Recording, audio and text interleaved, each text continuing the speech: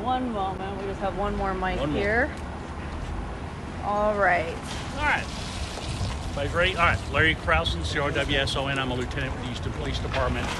At about 6:30 this evening, we received a call from the fire department dispatch that they'd had an ambulance stolen from the Ben Taub emergency room area. Fortunately, they do have trackers on their ambulances, and they were able to notify us of the ambulance's movement. We located the vehicle near the UH area where it was driving down Scott Street. Officers attempted to stop the vehicle. The driver refused to yield to the officers. They continued to follow the vehicle for a few blocks. Then our helicopter was able to get overhead, so we pulled the pursuing units back so as not to make him panic or drive fast or injure anybody. So between the helicopter and unmarked units and the tracker, we were able to follow the ambulance for about 30 minutes here to homes in Alameda, where the driver lost control, went into the ditch, got stuck in the mud between a tree and a telephone pole. Once officers got up here, they asked him or ordered him to exit the vehicle. He refused to do so. Officers put a plan together, went up, broke the window out. The suspect refused to get out still, was trying to rev the engine to drive off still at that point, even though it was stuck in the mud.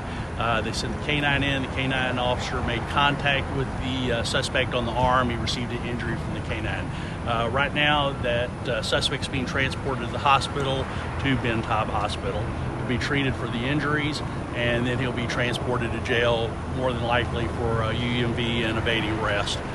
So we're very fortunate today because of the helicopter, the unmarked units, and the tracker. We were able to catch him without putting citizens in danger today, and so very successful operation by the officers. They did a good job. Was this man a patient at the hospital? I don't know. That's something we'll look into. It's not uncommon for somebody to come out of the hospital there. We've had this before. The ambulance will be in the bay. Somebody comes out of the hospital. They might be in mental crisis or something, and they'll just take the ambulance. How do they take the ambulance? Are they always running? I'm going to refer you to the fire department for that. Obviously, the keys were in it, so he was able to take it. I don't know what their policy is. I'll refer you to the fire chief. What kind of charges is he facing? Evading arrest and unauthorized use of motor vehicle. How high did speeds reach? The highest speeds I heard was 40, 50 miles an hour on some of these streets, so not very fast. At one point, he was using the lights and sirens on the ambulance to get through traffic, so I think citizens were obviously a little confused by that. So, like I say, we're just very fortunate. Helicopter was overhead, worked out well. How much longer until you guys are here and clear the scene? We're talking to the fire department, trying to get a wrecker in here to get it out. I expect we'll have the road clear in the next 30, 45 minutes. Age of the suspect? Like an adult male. What's he told 30?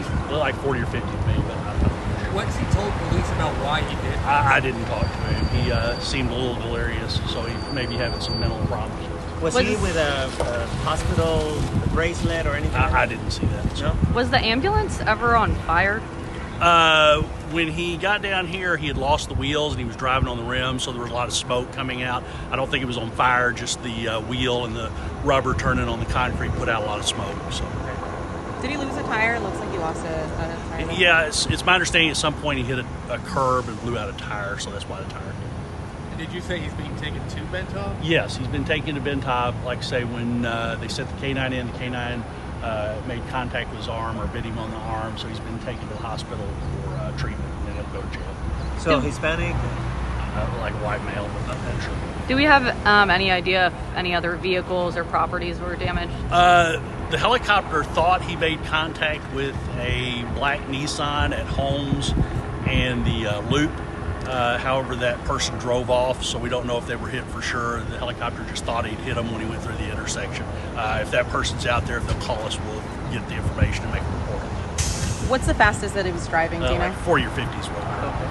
How helpful was the tracker on the ambulance? Absolutely. Between the tracker, the helicopter overhead, and then we were able to get the undercover officers watching him. We could pull our marked units back to a distance so as not to press him or make him go faster. So it makes it much safer. And were any weapons or anything else nefarious recovered? Not to my knowledge. All right. Thanks, All guys. right. Thank you.